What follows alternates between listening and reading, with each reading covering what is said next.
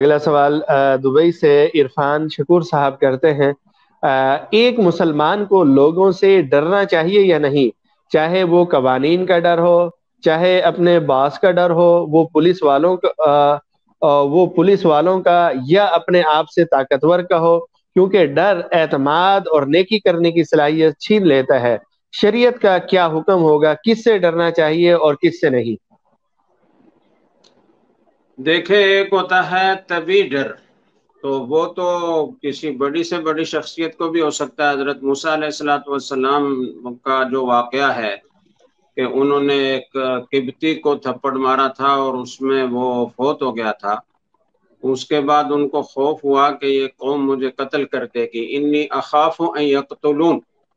تو طبی خوف تو نبی کو بھی ہو سکتا ہے، تو طبی خوف ہونے میں کوئی حرج نہیں ہے، نمبر ایک۔ www.dasquran.com۔ نمبر دو یہ ہے کہ پولیس کا خوف یا قانون کا خوف، یہ تو شریعت کا حکم ہے۔ جو کسی بھی ریاست کے جائز قوانین ہوتے ہیں ان پر عمل کرنا لازم ہوتا ہے۔ قانون کی خلاف ورزی کرنا کوئی بہادری نہیں ہے، ناجائز اور حرام ہے۔ تو اگر خلاف قانون کرنے سے یہ خوف ہے کہ قانون کی گرفت میں ہوں گا، تو یہ بھی ظاہر ہے کہ طبی خوف ہے اور ہونا چاہیے۔ باقی اپنے سے طاقتور سے خوف، وہ بھی ایک طبی خوف ہوتا ہے، لیکن خوف کی بنا پر آدمی اپنے فرائض اور اپنی ذمہ داریوں سے پہلوتہی کرے، یہ غلط ہوگا۔ خوف کو خاطر میں نہ لاتے ہوئے اپنی ذمہ داریاں، اپنے فرائض پورا کرنا، اپنے حقوق حاصل کرنا، دوسروں کے حقوق ادا کرنا، یہ ضروری ہے۔